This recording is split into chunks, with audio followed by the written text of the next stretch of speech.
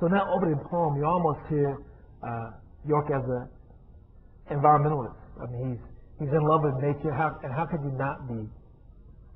As part of the research for this book, my son and I spent 3 summers retracing the Lewis and Clark Trail between Kentucky and the Pacific Ocean. And we spent at least 2 summers on the Nez Perce Reservation.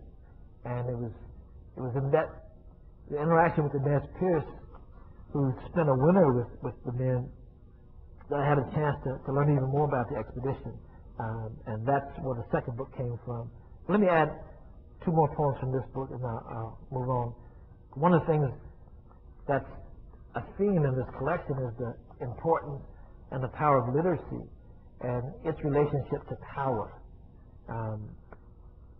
And of course, the very first trip out west convinced me to go back to the manuscript and rewrite almost every single poem and make sure that the landscape became a main character. And you can hear that in this next poem. It's called God's House. This is the voice of York. When we first left Kentucky, the trees had commenced to dressing up the fall harvest, and the garden was already full of pumpkins and squash. Master Clark didn't ask me to go on no expedition. He just said, pack, and pointed to the door. So I gathered up what little I got, and more than I can carry of his, and head off to a sail-bearing keelboat where his friend, Master Lewis, is waiting. That boat was so big you could lay any 10 of the 16 men on board, or 8 of me, head to toe, and still have enough room for the dog. We start out on the Ohio and swing up the Old Man or Rivers. When we get to the mouth of the dark woman they call the Big Muddy, we set up winter camp, a good canoe ride from St. Louis. That spring, when the rains come, we cross the Mississippi and commence to climb into Missouri and float right up through heaven on earth. More sky than I ever seen, rocks as pretty as trees, and game so plentiful they come right down to the riverbank and invite themselves to dinner. Now, I ain't what you would call a scripture quoter, but the first time I seen the waterfall at Missouri, felt the herd of buffalo stampede, and looked down from the top of Rock Mountains, it was like church. And where else but God's house can a body servant big as me carry a rifle, hatchet, and a bone-handled knife so sharp it can peel the black off a lump of coal, and the white man still close his eyes and feel safe at night. So you get a sense of the beauty that he encountered. And this next and last poem from this group is really about the significance and power and importance of literacy from York's point of view. This is called Primer.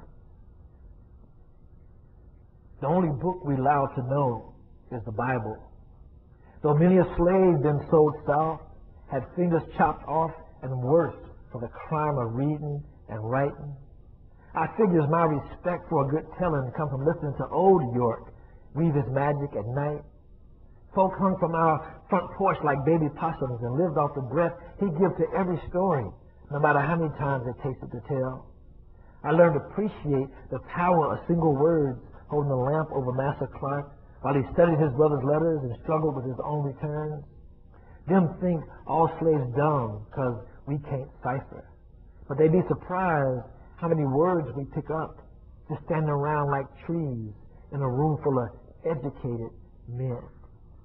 So that's a sense of York's voice that I want you to hear. And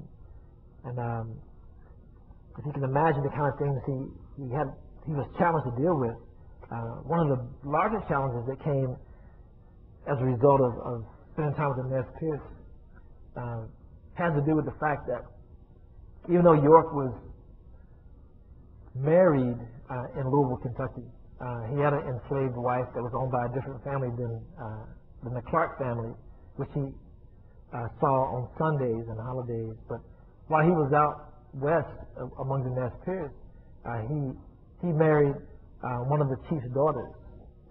And when I was on the reservation, they gave me a transcribed copy of the tribal history and pointed me to the specific part where it talked about York and the chief's daughter courting and canoeing up and down the Clearwater River, and the fact that it was a chief's daughter was really significant. And they mentioned, and it was not a fact that was lost to me, that there was not a history book in print in the United States that mentioned that information. And they gave me a copy of the transcript and told me to do something with it. So part of what happened as a response to that was a sequel called When Winter Comes. And in this collection, these are also persona poems, but the voices are mostly women and female, like the voice of the river is a feminized voice. But I'm going to read two sets of poems from here that I call the marriage suite, and from the two different wives, the Nez Perce wife, and then a set of poems from the enslaved wife, so you can get a sense of the story from a different perspective.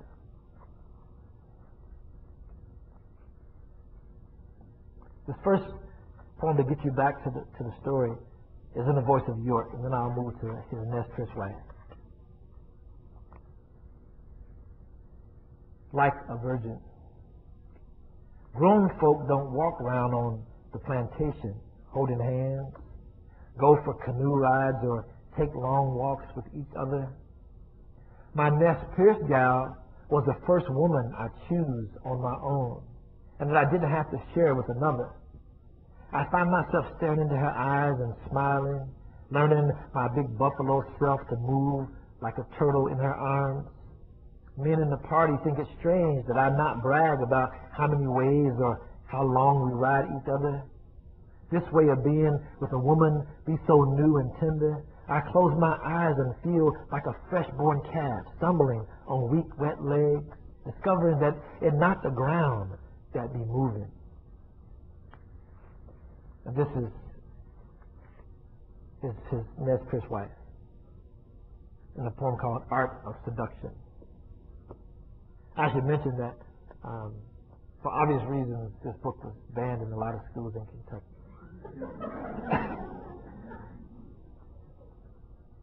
I'll just stop there. You can make your own decision.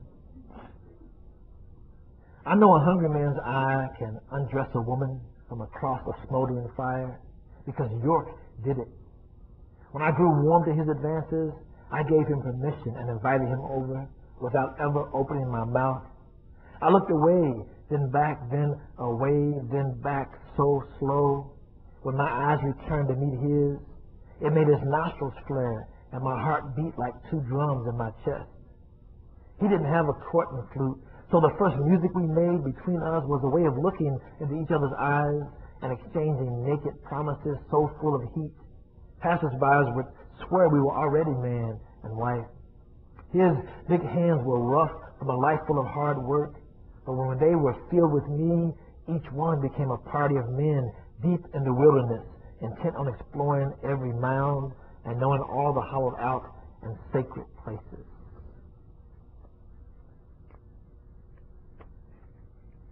Lover's Moon. After the red-headed one's bed is made and his stomach full of meat, he gives my Samook Tutu King the slice of daylight left to do as he pleases. Pretending not to rush back to me, he passes by and nods. After I track him down in the dark, jump on his back and wrestle him to the ground, we wander off laughing toward the horses, then follow the riverbank upstream, holding hands and looking for a private place to celebrate the way the moon dances on the face of the water. We find a rock to hold all our clothes and play in the shallows like children. But after our bodies kiss, we stop to weigh the gift of time alone and grow up real fast.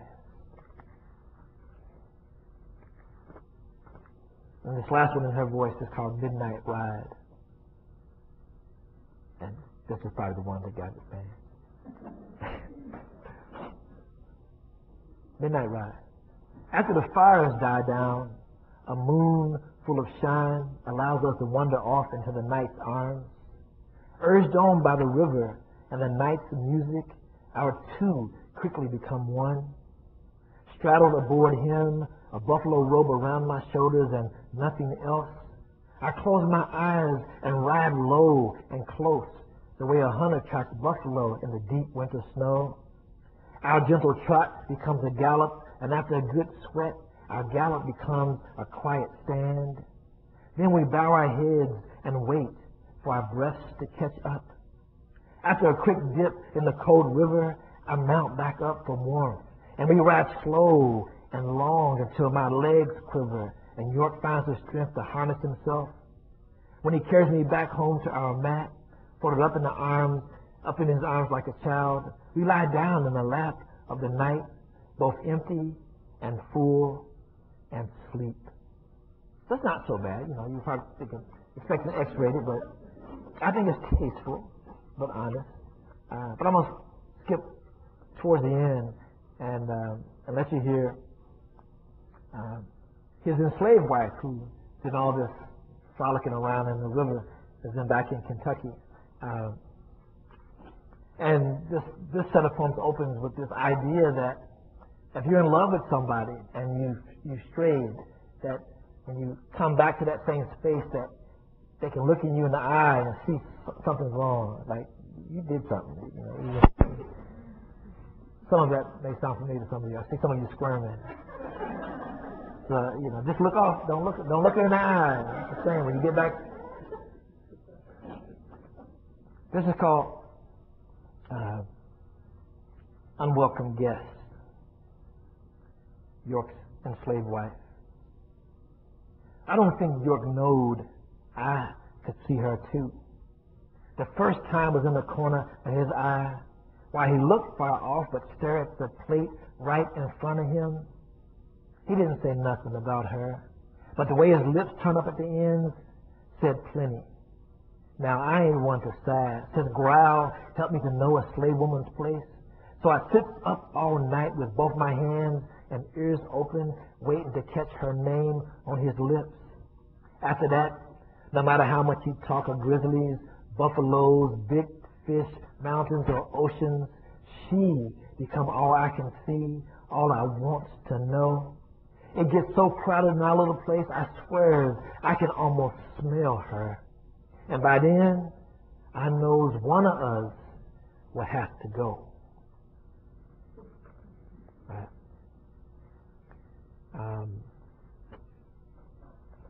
Let me go read this other one. There's one of the things about doing the research for this story is that there aren't any Lewis and Clark scholars who have uncovered the name of York's wife or the name of the family that owned her yet. So one of the things that happened when I read from Buffalo Dance across the country, people kept asking me, what was her name? He called her his wife, or what was her name? And I don't know.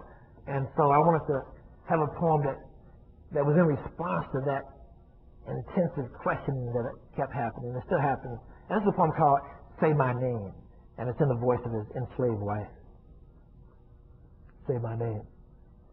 Folks around here want to call me Auntie, York's old wife, or Master so-and-so's nigger wench, like I ain't got a name of my own. Them don't know how hard it'd be to put aside a little piece of myself that nobody can't never touch but me, a piece big enough to wrestle the long, hard days and keep itself warm at night without a man around. Them don't know what it's like to stand in the dark night after night wrapped in that buffalo robe he sent. Look up at the stars and wonder which one is looking down on him, and believe if something bad happened to him out there that I would feel it too. When he come home, I don't need him to say he loved me. I don't need him to bring me gifts. I just want him to hold me close, make like he glad to see me, bend down to my ear and whisper my name.